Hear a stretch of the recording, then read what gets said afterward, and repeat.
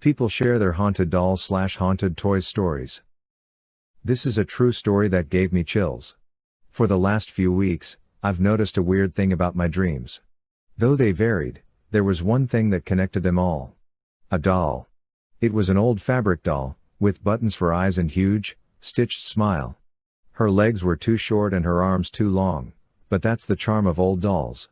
She would also have long, red hair gathered in 2 ponytails and a green dress. She looked kinda creepy.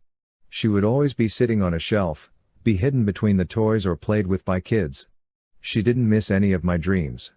She was not a main character, she was actually pretty good at hiding.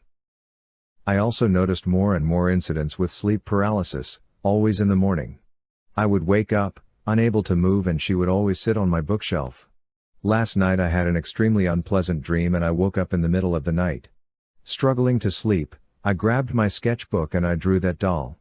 Weirdly, just as I finished, I felt an irresistible urge to sleep.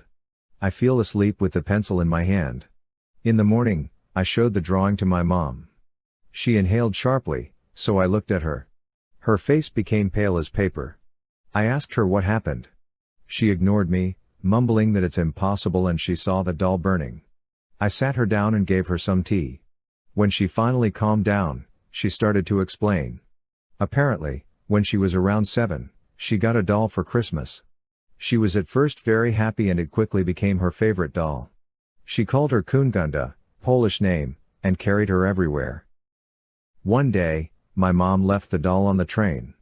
She was obviously heartbroken and couldn't move on. But a few days, the doll mysteriously appeared back on her shelf. My grandparents and all family didn't know how. My mom, as a kid she was, believed the doll came back by her own. And, while crazy, that was the only reasonable way. The family didn't do that, it couldn't be done by a burglar, because why would he break in just to give back a doll? Also, there were no signs of breaking in. And it was that same doll, she was hand-sewn by my grandpa and had my mom's name on the leg under the skirt. My mom and all the family quickly stopped thinking about that. A few weeks after, the doll started acting weirdly. She would often disappear for a few days, but she always would be found on the shelf. She would also change places. My mom had that doll for a really long time. She claimed that she had her when she was pregnant with me, but she doesn't have any photos. That's when the weird thing happened. I always knew that I was born premature, but mom never told me she almost lost me in the 2nd trimester. She said she was sleeping and she woke up in a puddle of blood. They obviously rushed to the hospital. When everything calmed down and they realized I'm okay, my dad asked mom why did she sleep with Kungunda. She said she doesn't know what's he talking about. Apparently he noticed the doll next to her when he picked her up. When they came back home, the doll was sitting on her shelf, but she had a little stain of blood on the back of her dress. My mom thought it was enough and she decided to throw the doll in the fire. The doll burned down and mom forgot for 16 years.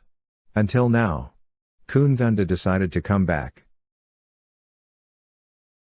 When I was a kid my grandma had toys in her house for when us grandkids would come over for visits. She had many toys for us to play with, but at the time I loved her Furbies. I would play with them all the time when we would go over. Well, one Christmas when I was 5 or 6 I got a Furby for Christmas. This Furby was from my grandma and it came from her house. At her house the Furby worked like a normal one would. I was excited when I saw it. Well, after opening the rest of the gifts up with my mother and my brothers I was wanting to play with my new Furby. I sat with my mother and grandma as we turned on the Furby. Nothing. The Furby didn't do anything. We thought it was odd and turned him off and on again, still nothing. So then they changed the batteries and turned him on. I gave it a go and tried talking to the Furby. It complained about it being too loud. We all thought that was odd. Everyone quiet down, we turned the TV off. I tried again, talking to it. It then complained about it being too bright. So we turned off the lights. Once the lights were off it worked fine. It creeped everyone out. It had never done this before at my grandparents' house ever. After that day I tossed him into my closet and only pulled him out once to show an ex-friend how creepy it was. After that I forgot about him a year or 2 later. My mother was cleaning out old toys I no longer played with. She got rid of that Furby because I didn't play with him because of what was happened with him. I still don't trust Furbies to this very day. I got this doll at a yard sale. It caught my eye as I was driving past it. It was on a chair with a piece of paper taped to its chest that said haunted. Take it. It's free. I found it funny and asked the owner why she thought it was haunted. She told me she bought it at a thrift store after her daughter was begged for it. As they were driving back home, her daughter gave her the name Violet. The next day she hears another girl's voice arguing with her daughter in the living room. She went to check and saw her daughter sitting on the couch watching TV with Violet beside her. She asked her who she was taking to and she said Violet. A week later, while her daughter was at a friend's house, she begins hearing a girl's voice coming from her daughter's bedroom. She goes to check and sees Violet sitting in the middle of the room. She grabs Violet, puts her on the bed and walks out. As C begins to walking towards the kitchen, she tells me she saw the magnetized letters on her refrigerator spell out hi. Then a music box in her living room starts to play and the door to her daughter's room slams shut. She grabbed her keys and left the house in a hurry. She waited outside until her husband came back home.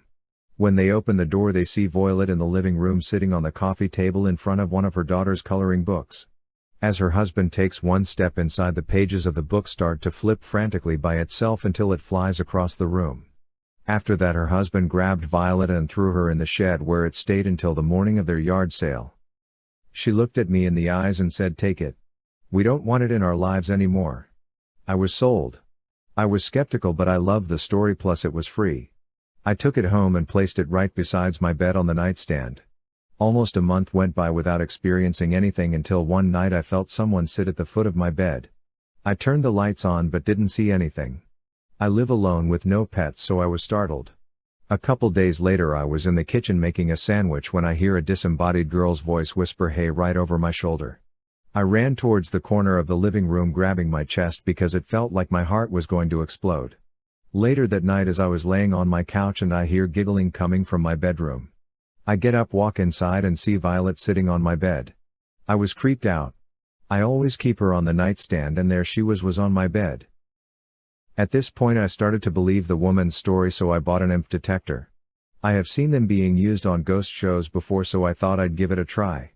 I put it near Violet and got constant high readings from her.